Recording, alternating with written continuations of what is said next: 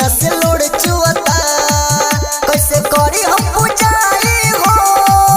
फैलल कोरोना बीमारी हो माई देखी तो के दिल रोवता सब भगतन के भीड़ हो खता जब पुजारिया चरण छुअता माई अखियां से लोड़ चुअता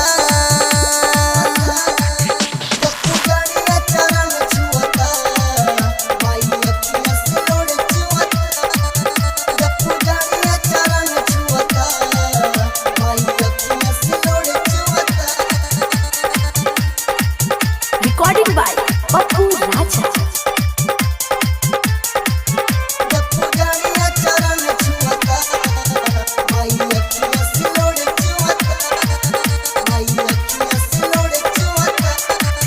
माई अब की दशहरा कैसे दिही हम पढ़ा माई कौन उपाय बताई कैसे चुनरी चढ़ाई माई तोह के मनाई फैलल सगर कोरोना बीमारी माई अब की दशहरा कैसे दिही हम पढ़ा माई कौन उपाय बताई कैसे चुनरी चढ़ाई माई तोह के मनाई फैलल सगर कोरोना बीमारी सोर भइल बटे पूरा संसार अब रहुए लगा दी माई पार सबसे बकिया चरण जो हता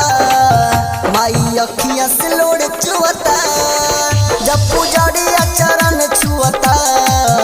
माई अखियां से लोड़ चुअता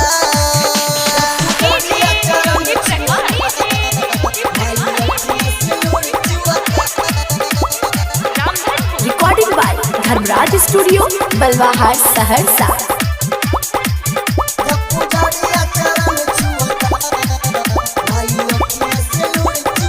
राइटर अनकित बिहारी संग सूरज पुजारी माई करताबे तोहरो पूजाई कोई के शेरावा सवारी माई आई ना दुआरी आके दुनिया के खुद ही बचाई राइटर अनकित बिहारी संग सूरज पुजारी माई करताबे तोहरो पूजाई कोई के शेरावा सवारी माई आई ना दुआरी आके दुनिया के खुद ही बचाई कहे अमित राजा देर करी नहीं सुनी माई से जब से बकिया चरण जो हता माई अखियां से लोड़ चुअता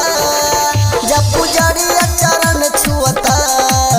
माई अखियां से लोड़ चुअता Dharmraj Recording Studio, Balwahar, Saharsa.